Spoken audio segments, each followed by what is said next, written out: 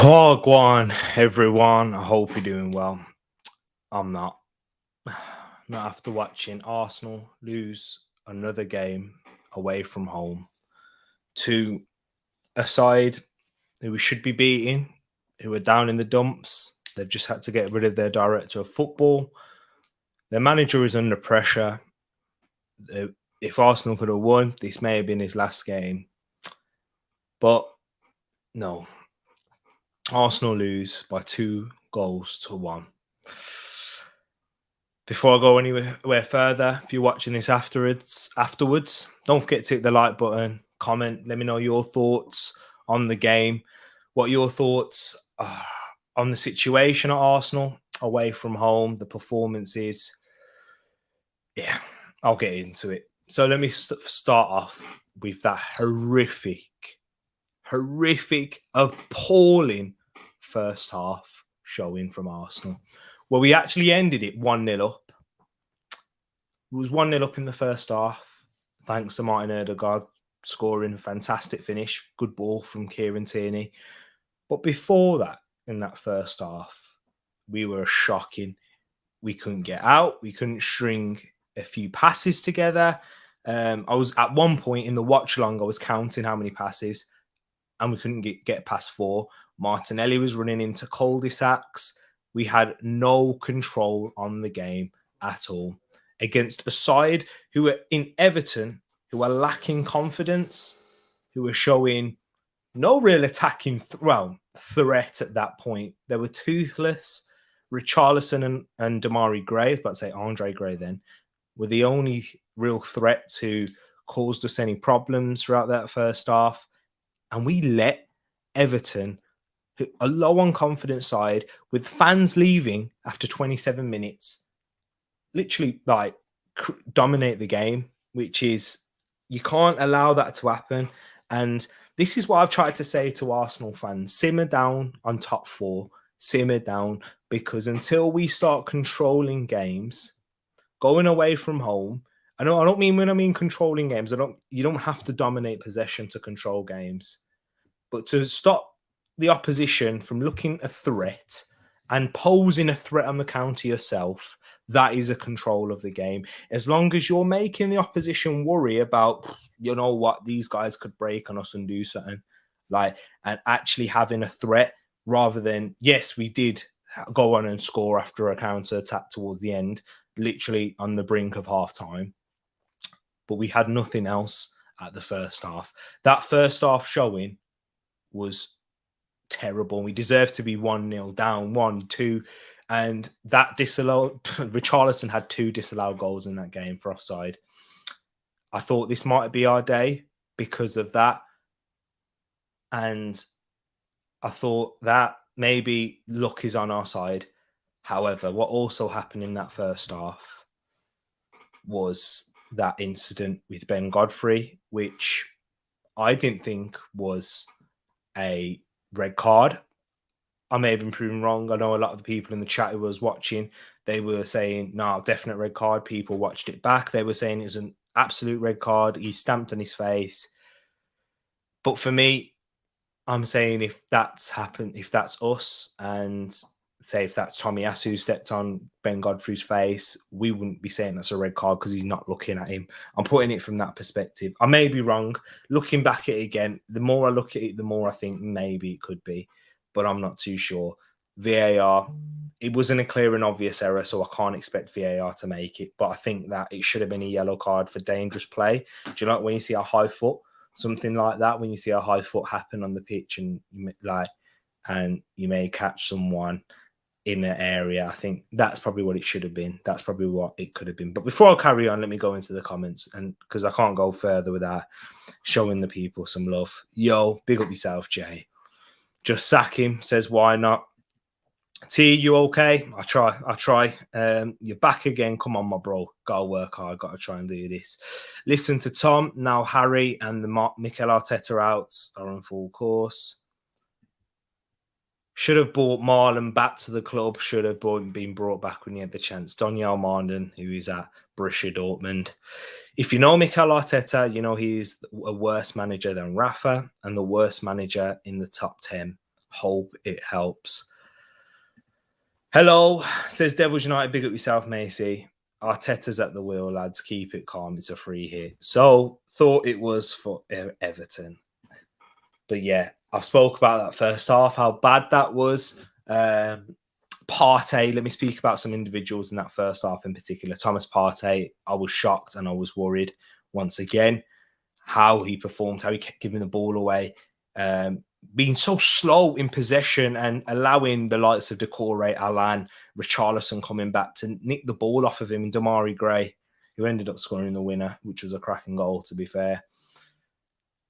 I thought I was worried. But however, in the second half, let me speak about that. It was better. Still, once again, no control on the game, which in a way we had more control than the first half. I don't think it can be worse than the first half performance. But in terms of control, we looked more of a threat. We kept possession a lot more. We was retaining the ball. I thought Thomas Partey was much better winning the ball back and out of possession. And when he was in possession, we got Martin Odegaard into the game a lot more, who had a brilliant game and the one player in this team that doesn't deserve to be on the losing side, I believe, in Martin Odegaard. But then once again, it showed with Everton, they still looked a threat on the break. They scored their second disallowed goal, which wasn't from a set piece this time, from a lack of communication between Ben White and Saka. For me, I want my centre-back. And I actually thought, before I go any further, I actually thought Ben White was having a good game up until that point. And this is what I've seen with Ben White. And I think what we've seen from Ben White in this game and what we've seen from him in other games as well typifies the Arsenal performance and the Arsenal team right now. I'm not pinning it all on Ben White before anyone starts thinking, here we go, Ben White, they replace the W with an S. But for me, he'll have a great 70-odd minutes. He'll have a great period. And then he'll just completely lose it. And especially towards that last 10 minutes of the game, you'll see it in my player ratings. Guys, I want to hear your player ratings as well. If you're watching this afterwards, get them in the comments below. Let me know your thoughts on the game and the player ratings and everything, and thoughts on the manager, because I'll talk about him as well. Don't you worry about that. There is a lot to talk about him in terms of things and the decisions that the manager's made and questions to pose. But for me, yeah, I just didn't think that we had any control, and Ben White shows that. When he was doing well, he was defending well. I think throughout most of the game, he was better than Gabriel defending. But in those moments where you need to be counted, you need to stand up and prove your worth. You spent 50 million. We spent 50 million pounds, and then we've shipped Saliba, a young centre back who is young, like Ben White, but he's had even less games. A promising centre-back who a lot of Arsenal fans are talking about for this guy. We've given him the number 4 jersey, and he's not been strong enough. He's not been commanding enough. Physically, we know he's not strong, but at least show aggression in the tackle, because that's where that disallowed goes. Thankfully, he was offside, so I know I spoke about it a lot in terms of Ben White in that area, but on another day, Richarlison may have been onside, literally a fraction. And yeah, I thought it was horrendous like that there. But then we will go into the equalising goal for Richarlison. And Why Not has said it right here. I think Nuno was at fault for both goals, and with Partey for the first. Nuno Tavares. That simple throw-in between Nuno and Partey, something like that in a dangerous area of the pitch. It was in the opposite. It was in our third of the pitch, our defensive third. To be doing messing about like that, and showing a lack of technique and control. Once again, how we can't even control a situation like that shows how we can't lack in control in the game. And that's the big word, that C word, that control we do not have, which will always allow teams who are the home side, will always allow them a route back into the game. And what we did right there with Nuno Tavares and Thomas Partey was give them that goal straight away. Fantastic effort from Damari Gray, smacked off the bar. Great fingertip save from Aaron Ramsdale. I'm not too sure if it changed the course of direction on the ball, But then Nuno Tavares, once again, as you said, was literally ball watching. I've got the notes up on my screen there. Ball watching. If you watch the still replay that they were showing on Monday Night Football, you can see when Demarai Gray is about to shoot, Gabriel checks his shoulder to look for where the attacker could be, to look for where, if there's any loose balls, where the ball could fall to and where the attacking and the opposing player will try and attack. Nuno Tavares just decides to watch the shot, stand there and just watch it go off the bar. Richarlison's there in the back. Was a tremendous header. But there's no pressure being applied onto him because Nuno Tavares is there ball watching.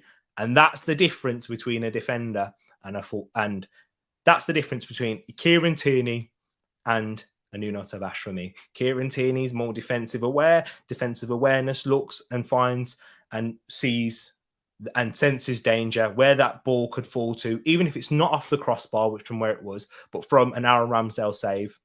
And Nuno Tavares was completely watching the ball then. And that allowed Richarlison to score, grab the goal that he deserved. But then, as Why Not says, Ben Light says less. What lightweight? That's the problem with Ben White. It's that lack of physicality. And we saw it when Iwobi had his chance, when Richarlison created that, where it could have been 3-1. Richarlison bullied Ben White. And it should have been an easy win for Ben White. If that's on Gabriel, it's a different story. But he got bullied, and then Iwobi should have scored, and that would have been poetic justice. Moss goes Odegaard man of the match, and Demarai Gray, Michael. We'll get into Moss. Stay here, and I want you to stay tuned, and everyone else, guys, because I want to hear your player ratings. When I go through mine, I want to hear yours. So it will be there in a bit. But let me go through some of the comments. We've got Ferbs up in the place. It's peak for Arsenal. Sorry, T. We started you on this new slide towards mid-table. And where are we now? We're still in 7th. We're in 7th now with minus goal difference. And Spurs are above us with a game in hand.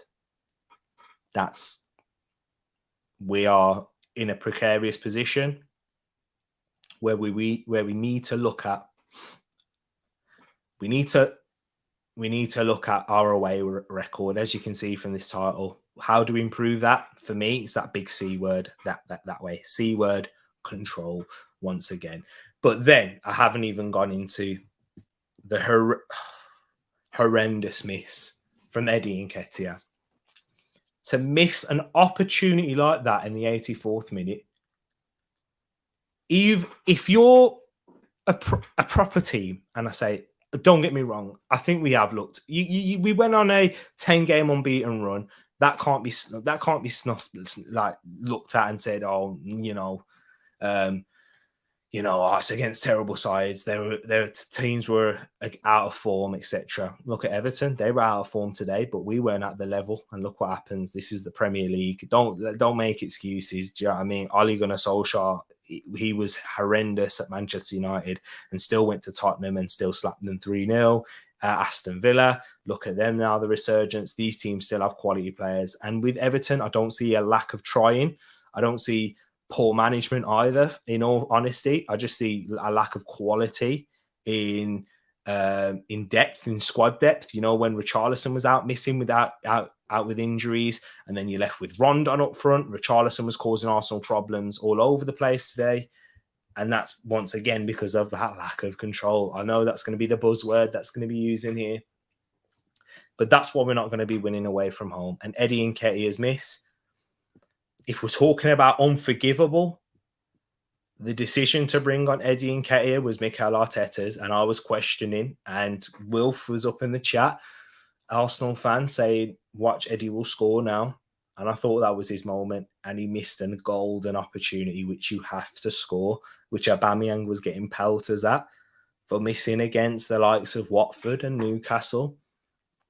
For a guy who's out on his way, reportedly, allegedly, to be picked over the likes of Nicola Pepe, but most importantly, following Balogun, who's been ripping it up, who has actually got a long-term future at Arsenal, which is committed, but we're giving Eddie Nketiah opportunities over him. I remember Arsenal fans last season, including myself, who were saying Eddie Nketiah is getting opportunities over Balogun because Balogun hasn't committed his future. What about Eddie Nketiah? Balogun has now committed his future at Arsenal Football Club for the foreseeable future. But now Mikel Arteta consists of picking Eddie Nketiah. I'm not saying he's a terrible footballer or anything like that. Eddie Nketiah may well have a great career. He may well, but not at Arsenal Football Club. And we know that's not going to happen because he's not at the level where Arsenal aspire. And this is why when we're bringing on the likes of Eddie Nketiah, who I don't even think he was that awful in this game. That was one of the brighter moments I saw from Eddie Nketiah. But for those opportunities where you rely on a striker to come off the bench, you have to take them. He gets in a good position, Saka whips in a good ball, and he has to finish. But then the goal from Demarai Gray. What a strike that is. However, in that midfield, when the ball broke, Arsenal were camped outside the Everton area. Andre Gomez picks up the loose ball. He's quicker than Xhaka to get there, which is why, another reason why I was saying, I think Sambi Lokonga should be brought on. I think Sambi Lokonga, because he'll provide more dynamism for that midfield, which will be needed when you're trying to press and go forward, because you're going to need mobility for the counter-attacks. You're going to need mobility to drive through the midfield. We know Xhaka doesn't bring that. I don't think Xhaka was awful either. I don't think anyone... Yeah, there was. I don't think there was a lot of players. There wasn't a plethora of players who were just shocking, like downright bad. But there were certain individuals who was, and we'll get onto them.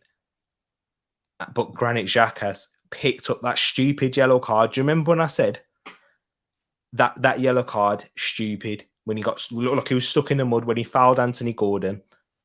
I was thinking, I don't know if I said it in the watch along, but I was thinking, you don't want to pick up those silly yellow cards because they can prevent you from making... Actually, I did say they can prevent you from making fouls later on in the game where you may need to. And right there, Granit Xhaka does a little jump, lets the player go past him because he cannot make the foul. Otherwise, he gets sent off and he misses the next game against Southampton. But then, Ben White again, not strong enough in the tackle. I think Ben White should make the foul. I know we're trying to press for a winner, but you have to make a foul there. You have to stop Andre Gomez in transition because they've got the overload. They've got the players. That's where a defensive-minded player will say, nah, we have to make the foul now. This is too late on. At least we can get our players back and then we can go again and go forward and defend from this deep position. Now he lets him carry on. He carries the ball. He gets out to Demarai Gray. No taking away from Demarai Gray. That wonderful strike, and he was threatening. He was brilliant, man of the match from both teams, and has to take it from scoring the winner. I think it was the toss up anyway. I was saying to Moss in the chat when he was saying Erdegaard man of the match in this game for both, but I was saying I don't know, man. Demarai Gray, he's been good. Richarlison. But then when you score a beauty like that to win the game, you have to. What's Ferb saying? 7th. Sat there, boss. Don't forget. Exactly, Spuds. They did. Right, Auntie. You guys were on a good run. It was a favourable run, to be fair, but you still had to beat what was put in front of you. Unfortunately, it looks like you're going back to your old ways. And do you know what it is in particular, Ferbs? It's that away from home thing, isn't it?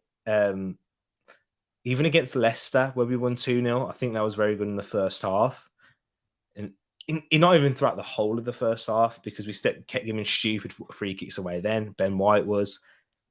But then once again, they were having chances. They couldn't take them. Barnes was getting some dangerous areas. RAMSDALE got man of the match. And when your keeper gets man of the match, you know, Ferbs, that means you don't have control of the game and you're relying on your keeper to make save after save, which is not sustainable. You can't do that. So looking at it with hindsight now, hindsight's 2020, isn't it? And it's saying away from home, we have a problem. We do have a serious problem. If we're going to get better away from home, I think we need more experience. We need more leaders. We need more aggression. We need more control on the midfield. We need to have sustained attacks. I think at home, we're always going to have that because we're going to be the side that who has the crowd. We're going to dominate possession against most teams, unless you come up against Liverpool, Man City, Chelsea. So yeah, most sides at home. It's difficult to go to any away ground in the Premier League, but you have to have a certain control on the game if you're going to win more than you're not. So yeah, it does look like we're going back to our old ways of being toothless in that way. Listening sounds depressed. He's getting chances when he wants on, and it doesn't make sense. It doesn't make sense at all. When we've got players like Pepe, what's going to happen to Pepe now, guys? I'm just going to say this. I'm going to ask you guys in the chat, what is going to happen to Nicolas Pepe? He's not getting a game. He hasn't played since the Crystal Palace game where he actually contributed to 2 of the goals. He didn't have a great game, but he's a threat. And the fact that NKETIAH is getting picked over you, whose contract is running up in less than a year's time. Next year, this time, NKETIAH won't be at Arsenal, but he's still getting picked over Nicolas Pepe. He's gone. He's gone for me. I know this one. I feel he's gone. I'll be very, very surprised if Pepe is not gone by by February the 1st. Damari Gray has applied for his Jamaican passport, I hear. Interesting. Get Damari Gray playing for Jamaica, man. For real. He'll be a problem. And he has to score that. Exactly. Saka, great cross. How Balogun plays under 23s and not on our bench. That's on Mikel Arteta. You're right. Big up yourself, Chino, man. Nice to see you. Laughing faces. We've got Realis up in here as well. Ben White needs time. I think he'll come good. It's one of them ones, though, Hal, because the areas of Ben White that I'm worried about is that physicality. I think he reads the game well. I think he was better. Overall, he was better than Gabriel tonight in reading the game, making blocks, bringing the ball forward, playing the ball, getting into good defensive positions. However, that lack of physicality will be a problem against sides who can pin you back, especially when you don't have control of that ball. Manchester City do not have to worry about that with the likes of Stones, because they've got Diaz next to him and we've got Gabriel. But because they have so much of the ball and they wear teams out, it's so hard for them to counter-attack and cause them problems going forward. Whereas when Everton were the better side throughout the first half, and you've got to say, if we're going to weigh it up, we were slightly better in the second, but they were much better. You'd probably say Everton deserved the win. And Ben White needs to improve on that. Above us, he said on Sunday, I did. Yep, soon as Xhaka got a yellow, I was like, bring on Sambi. Yes, Pepe to Burnley, Pepe out, Kulusevski, and that looks like it might happen. Even Damsgaard will be better than Pepe. But you know what, guys? What have I spoken about? Tavares, yes, I spoke about that. Let me just quickly talk about, I'll get into that in the player ratings, actually. I spoke about all the things I wanted to say on our notes, apart from the player ratings. Guys, this is your time to get your player ratings into the chat right now. Let me get through a few of these comments. Willock would have been a game changer, good impact player, over Eddie Nketiah, I believe, yes. A more press-resistant midfield. You'll see a lot more from White. He seems to judge the play well. Exactly. I agree. I think long-term he could, but right now, I'm not sure. We're not going to get the best from him yet. Anyway, here comes Johnny. Let's go. Jonathan David, red and white, pure 9 finisher, endless runner, fox in the box, lethal, fast hold-up play, link-up sign. Jonathan David, who has been linked to the Arsenal, should have kept him. Josh, I'd say no, because we was only able to sign Erdegaard with that money that we got from Joe Willock, and Ødegaard was fantastic today. Don't worry, Cisco. I'm worried. I'm worried. Pepe back to Lille and give us Jonathan David. That's a good shout. And let's get into the player ratings right now. Let me start off with the goalkeeper, Aaron Ramsdale. As you can see up on the screen, if you're not and you're listening, I've given Aaron Ramsdale a 5. And given with Aaron Ramsdale, didn't have too much to do in this game. A 5 is average, by the way. I'm not going. 5 is average. It's 5 out of 10. That's what it is, out of 10. So Aaron Ramsdale, I've given him a 5. I think he made some important saves. He did what he had to do. He made one big save from Iwobi, but the game was already done then. But give credit where credit's due to your goalkeeper making saves. Distribution. This is probably why I've gone with a 5 and not really a 6. I didn't think his distribution was that great today. Playing from the back, it was a bit slower than usual that we've seen. A bit more like what we've seen from Bernd Leno, which caused us under pressure, and he ended up having to go long. And, with our strikers, we don't have a Dominic Calvert-Lewin or a striker that's aerially dominant. So going long is useless against any side who we can play. It's useless. We don't have a striker that's suited for that type of game who can hold up the ball. Apart Martinelli, he's the only one who won his aerial duels, and then he will always chase the second ball. So yeah, 5. Right back, Tomiyasu, I've gone with a 7. He was easily the best defender for me. Won all of his duels, 1v1 battles, looked a threat going forward. I wouldn't give him any higher because of that end product, which I do think it will be a problem long term when we eventually get to that stage. But currently, right now, 1v, you can't, no blame's going to Tomiyasu. And he's impressed me, even in defeats. He impressed me against Manchester United as well. So yeah, Tomiyasu 7. Ben White, I've given him a 3 out of 10. I would have given Ben White a 6 if it weren't for that last 10 minutes. And the game of football is 90 plus minutes. It's not 80. So I have to look at what happens in that final 10 minutes and look at Ben White and say, that's not good enough. This is where we need you at the back. That also, as I said, that Iwobi chance was caused by Ben White's lack of physicality. That's just being real. It is a match reaction, so there is going to be certain reactionary points. I'm not going to say Ben White, get him out. Yeah, he's bad, he's this, he's that. Because as I said, I think he was all right, and I think he was one of the better defenders across the majority. But you have to look at this game. It's 90 minutes, and he was quite poor.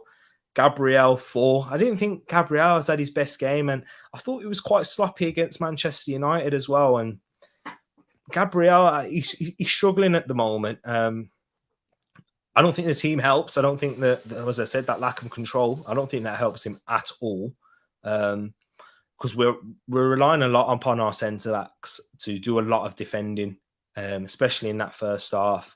And yeah, so I think he looked a bit sloppy at times. It was mainly, I'll give him a 4 for the distribution factor. He did his defensive duties well. Let me know your thoughts in the chat.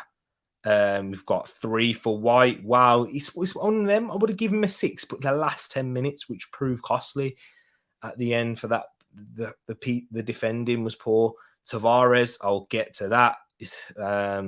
I'll get to that. Rami 6.5. I can hear that. I can understand that. I think Andre Gray and the centre mid from Newcastle too. Okay, Jamaica. We'll have to play up front. We'll play 6 up front. Yeah. Nobody wanted the ball off either CBs in the first half in particular. Yes, know-how. You are spot on. You are right. So yeah, and that's why there's too much expected to come from our centre-backs, too much expected to go forward with our centre-backs because our midfielders aren't consistent enough. And when you can't control the midfield, you're not having any control of the game. Home, away, you could be in your back garden. You're not controlling anything.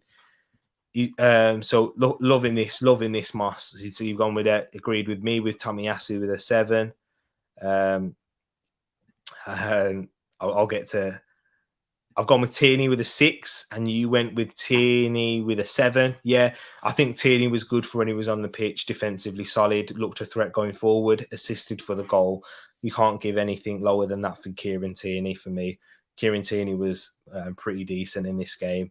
Good return for him. Hopefully he'll get more minutes, and I'm sure he will after Tabashi's performance coming off the bench. Partey, I'll give him a 5. Let me see what you've given for Partey, people. What would you give Thomas Partey? I'd give him Thomas Partey a 2 for the first half, and then maybe about a 7 or an 8 in the second. And I'll bring that down to a 5, and that will equal itself out. Because that first half, he was poor, losing the ball, not winning it, getting bypassed, getting nutmegged all over the place. He just looked he looked lost. But he started to regain it a bit in the second half. But with Thomas Partey, we're not playing Thomas Partey to perform for 45 minutes. We spent how much money and we put so much reliance upon this guy? Probably too much. I think we need to own that as Arsenal fans and Mikel Arteta needs to. We rely too much on Thomas Partey. Our game depends on Thomas Partey. We were poor in the first half. Thomas Partey was poor in the first half. Thomas Partey was good in the second half. We improved as a team. Too much reliance. I don't want to see that. We can't be doing that. We've as Arsenal fans, we've experienced that for how many years with the likes of Fabregas, Van Persie, Nasri, etc. The list goes on. Alexis Sanchez. So, and when these players aren't at the level and aren't performing, we need to finally build a team around them. And which is why I've seen a lot of Arsenal fans out there who are, they're not on board with the project because they've seen it all before. We're building a team around these players. Yeah, these young players, we've done that, and we've ended up losing our big assets and having to start again. So yeah, man, we'll have to wait and see. What have you gone with Thomas Partey? TP. Benji, lower 4.5. You haven't gone with Partey Moss, but yeah, man, keep getting them in, people. Xhaka, I think I'm going to change that. I think 4 is a bit harsh. I didn't think he was that bad. It's just that one error. When I was doing that, I was feeling it. I didn't think Granit Xhaka was that bad, in all honesty, in all fairness. Okay, good first game. You have to remember that he is coming back from injury, and you can see his importance to the side. Yeah, he didn't make any those stupid errors, which led to a goal. So yeah, Xhaka was a 5. Okay performance. If we're gonna get the best out of Thomas Partey, we'll need someone at a higher level than Granit Xhaka, unfortunately.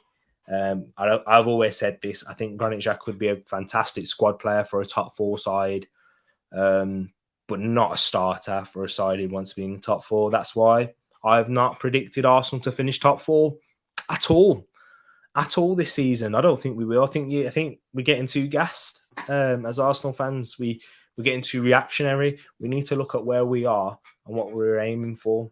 We're not far from halfway through the season. How many games we played now? 16? And we have to remember when we need to show a lot. There's still a lot more. There's still a long way we need to go with this Arsenal team before I can say we're a top 4 side. A team that's competing, challenging for top 4.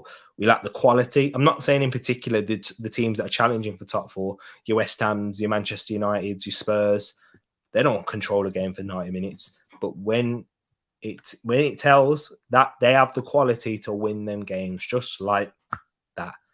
And that's the difference between us and those guys, unfortunately. So yeah. Saka 6, I think he looked dangerous. He looked lively. He improved in the second half as well. First half wasn't great. He improved in particular after the VAR decision.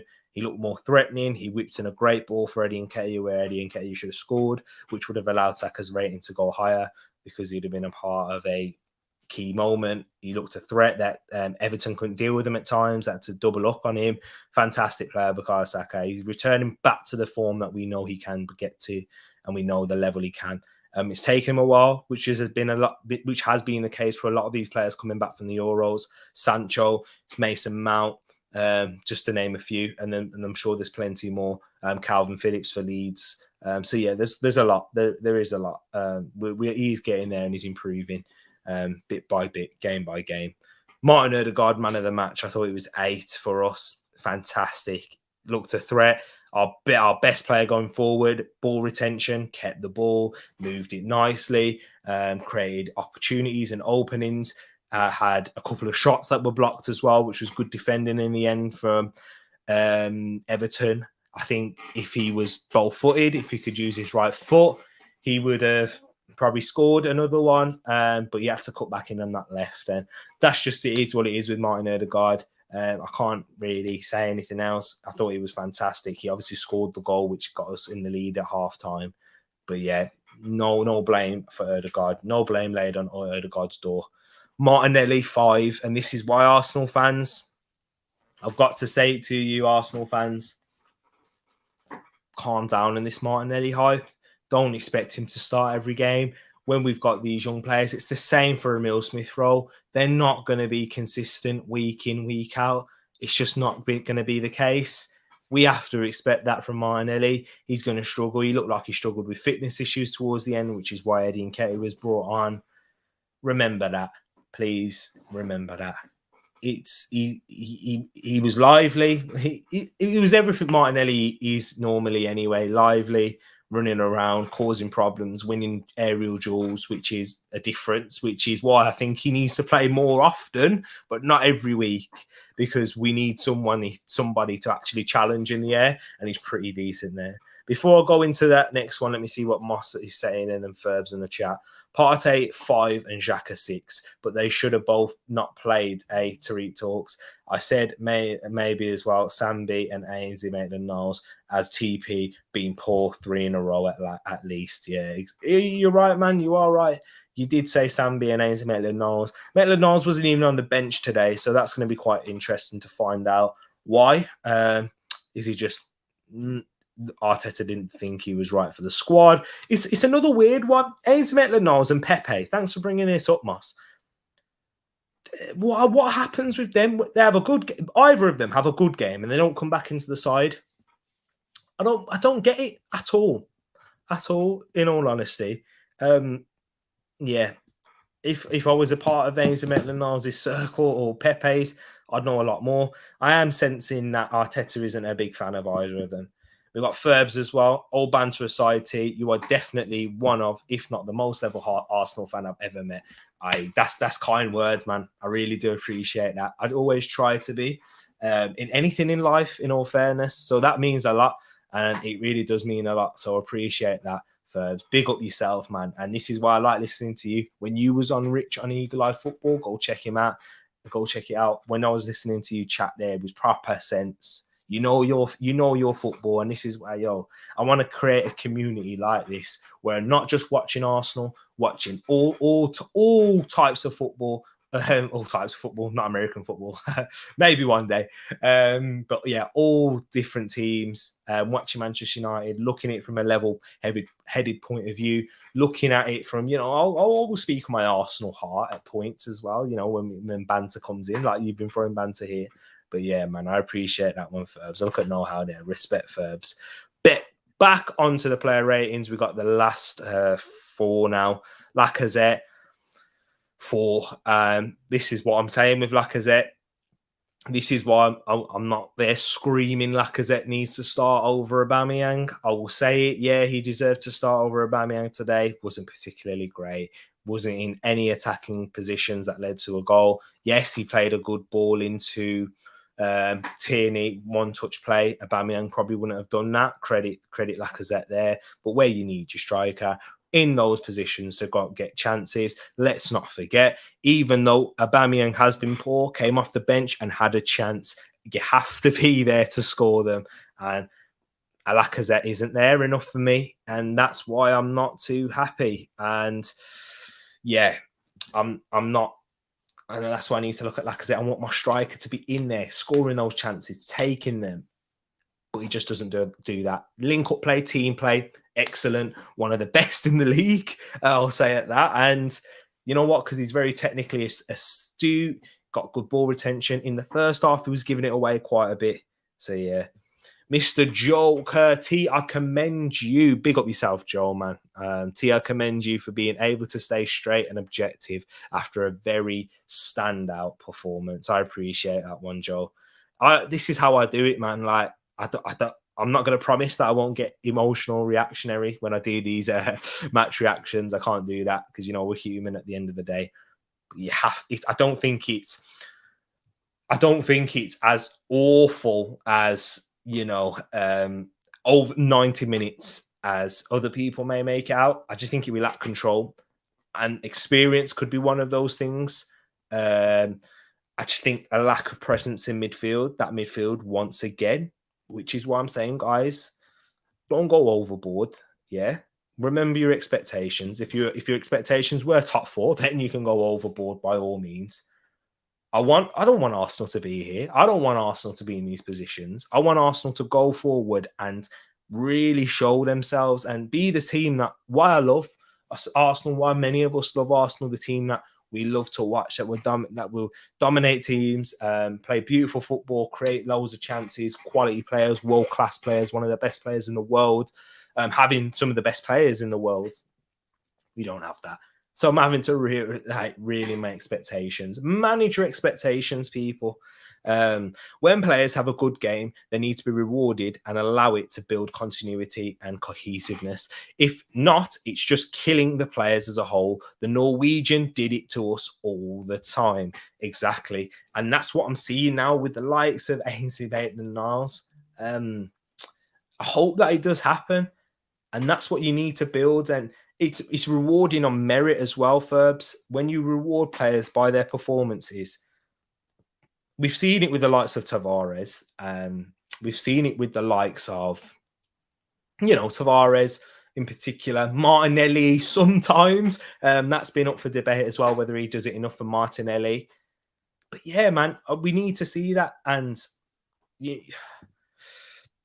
there's a lot of reliance upon other people and other players. And, you can understand that. There is hierarchies in dressing rooms. Whether we like it or not, it's not FIFA or Football Manager where you can pick whoever you want and they're like robots. Nah, man. But yeah, it was interesting. It's interesting to see. Appreciate that, right on Joe. Look at that, you guys. So I've given Lacazette a 4. I expect better from him. Give him a 4 because the link-up play was nice for the goal. But other than that, I expect better. So yeah, let me go into Eddie Nketiah now. Eddie Nketiah. I've given Eddie Nketiah a 2. And do you know why? Once again, it's not, don't look at it from the face value, because I'm not going to say, he was shocking, he was awful. He wasn't bad. He actually created the opportunity for Aubameyang.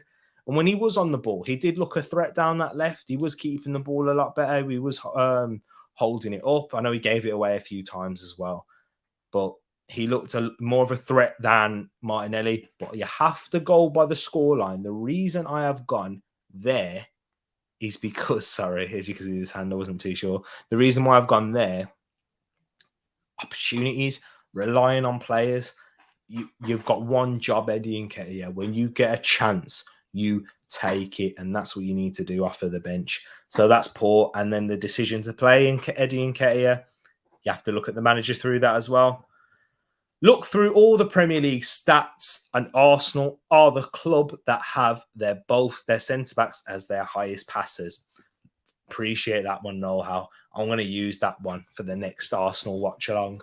And when I say this needs to improve, this needs to improve massively if we're going to get anywhere. We need to have, we don't want our centre-backs to be the highest passers. We want our midfielders. That's who you want to control the game. But can our midfield do that? Not too sure.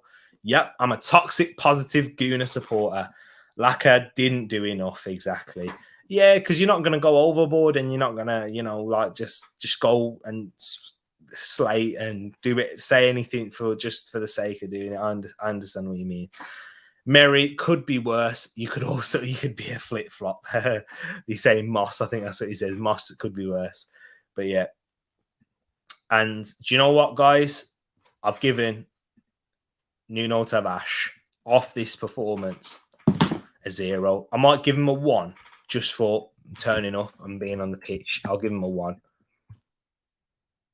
Poor. You've been brought on to do a job. It's been horrendous. defensive liability at times, lapse. He made a couple good runs going forward. He didn't account for anything, so I can't really say that. I think actually he did make a good run going forward to get the ball out to Saka when he crossed the ball for NKETIAH. So I'll give him a 1 for that. So yeah. And then it was, I forgot to put a Bamiyang. Let me just put a Bamiyang up quickly. Once again, same as Eddie Nketiah. Well, do you know what? I think Eddie Nketiah was better off the bench. I know he had longer. I'm going to give a Bamiyang a 1. Missed the big opportunity again. Your talisman, your captain, your star striker, your highest paid player at the club. Has to be taking those chances. Has to be. But guys, I'm going to wrap this one up here. Did I miss something? Did Tierney get injured? Why was he on the pitch? I think it's because that Tierney hasn't played many minutes in recent weeks. And Tavares was brought on for that. And it's to protect Kieran Tierney to make sure he doesn't get any injuries or strains. It's mainly to do with a fitness issue rather than an actual injury. So, yeah, I think that's what it is mainly. It's Mars know-how. And, yeah, you're right. So, Johnny David gets everywhere. Guys, I'm going to wrap this one up there. Thank you for watching, people. Thank you for coming on and showing all your support to the channel. I really do appreciate it. And I don't know what I'd be doing without you guys. I know I had to suffer alone a lot for the past how many years supporting Arsenal. But having you guys who are Arsenal fans, who are Manchester United fans, and fans of other clubs, you make it worthwhile. I will say that. Our time may come. It may come. It may. I don't know when. But you know what? You just got to go with the flow, man. Appreciate it, know-how. And thank you very much. We've got plenty more content coming as well. Let me just remind you before I do go. Tomorrow, I'll be doing the Premier League review, as well as an AC Milan versus Liverpool watch along. So 2 pieces of content coming for you guys tomorrow. Stay tuned for that. I will get the link straight up the stream set up tomorrow. Right now, I'm going to get myself ready to go to bed. What time is it? What time is it actually? It is. Yep, time for bed. It's about 22 minutes past 11 here. So yeah, I could have just looked on the comments right now. But yeah, 22 minutes past 11. I will be there. So I will be going to sleep. See, I'm losing it already. Guys, have a good one. I'll catch you guys tomorrow and stay tuned. And also follow my Instagram. I've created a new Instagram as well, people. Go check that out. I will post the link in the description. I'll push it out a lot more tomorrow. But if not, take care, people, and have a good night. If you're watching it from Canada, enjoy the rest of your day, or anywhere else, people. Sending love to you guys always. Appreciate it, and peace.